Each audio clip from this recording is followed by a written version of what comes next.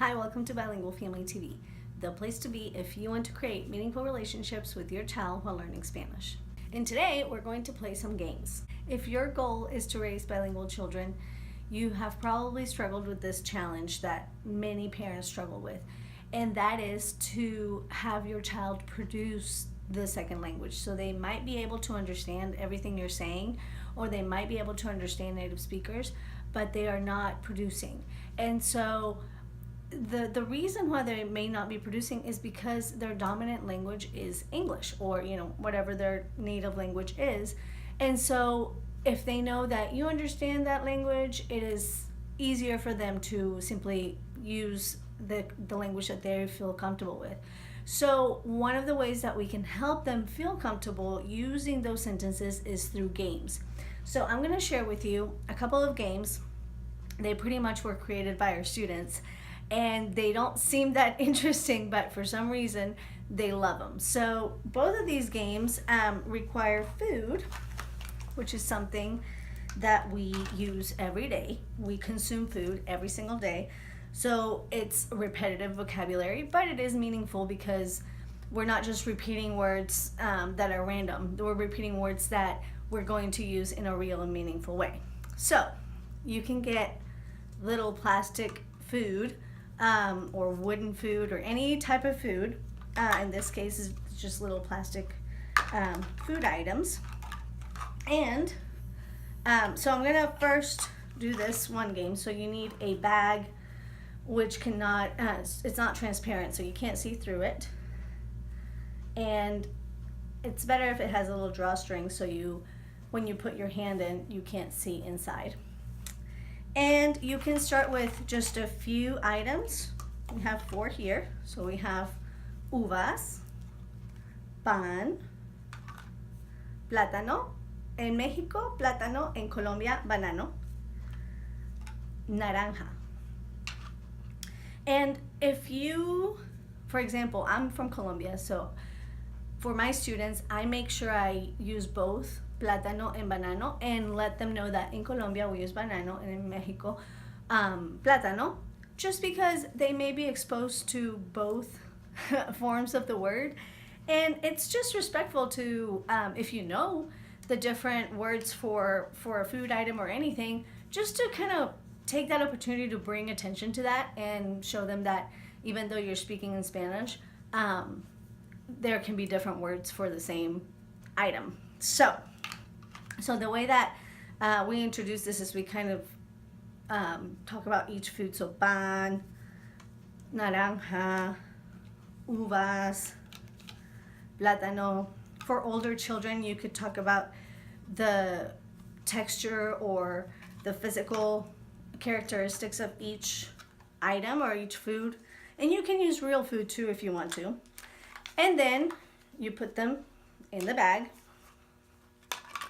And you could simply start with asking them to grab the uvas. ¿Dónde están las uvas? And they have to search for them and find them.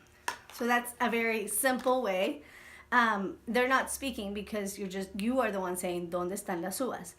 But we altered this game to saying Tengo hambre, quiero. So I am hungry, I want. So that's just 3 words. Tengo hambre, quiero, and then you can fill in the blank with any of the foods that you want. So the children would come up and say, Tengo hambre, quiero pan. Pan. A mí me encanta el pan. Pan. See? And so you can add more foods that they really like and practice Tengo hambre, quiero. And for some reason, just saying that is fun. It's just looking for the food item and trying to make sure that you get the right one that you're hungry for. It's just fun. So that's the first game. And the second game was absolutely made up by our students. So I had a lesson making sopa, soup. And so I would ask the students to come up and put the different ingredients to make soup. And so we had, let me show you, una olla. And we had maíz o elote o mazorca, pollo, papa, tomate, sal, S de sal, sal, y pimienta,